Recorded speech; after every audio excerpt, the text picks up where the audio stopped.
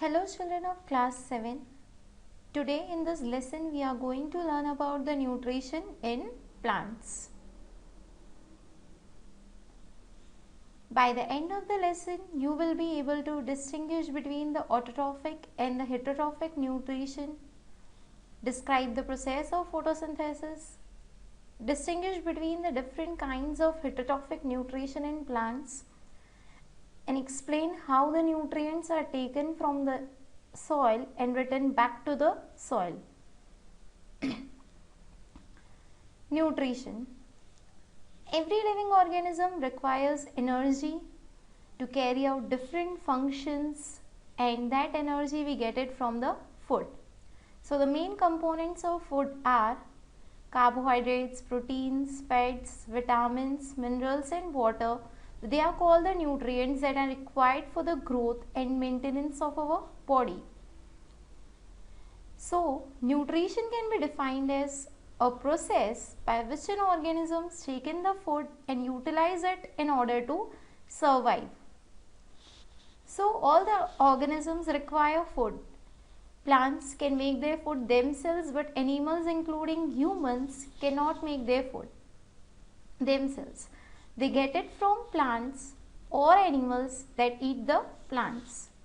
Thus, humans and animals are indirectly dependent on plants. So, based on the mode of nutrition, organisms can be divided into two categories: autotrophic nutrition and the heterotrophic nutrition. So, first of all, we will learn about the autotrophic nutrition. Nutrition in which organisms can prepare their food using simple substances that it gets from its environment. So, organisms that can make their food themselves without any help from others, they are called as autotrophic nutrition. And the organisms that exhibit this kind of nutrition are called autotrophs. The word autotrophs come from the root words auto, that means self, and trophs means for food. So themselves they are preparing their food without the help of any other organism. For example, green plants. They are the organisms that can prepare their food themselves by using water, carbon dioxide, sunlight and minerals from the environment.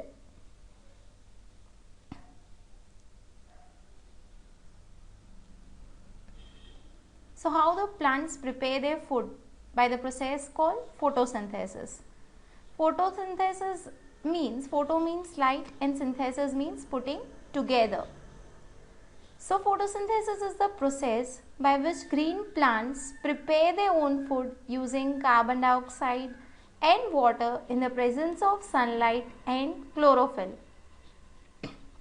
The process of photosynthesis involves the following steps. Sunlight is obtained from sun, water is absorbed by the roots and transported to the leaves through the stem-like structures called xylem.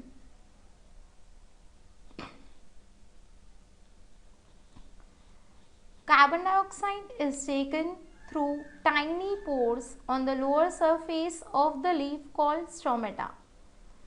The stomata are surrounded by guard cells that control their opening and closing. Then chlorophyll are the green pigments present in leaves that traps the energy from sunlight that falls on it to convert the carbon dioxide and water into the oxygen and simple substance called sugar, that is called the glucose. The oxygen is released into the atmosphere through the stomata and glucose is transported to all the parts of a plant. And excess glucose is converted into starch, which is stored in plants.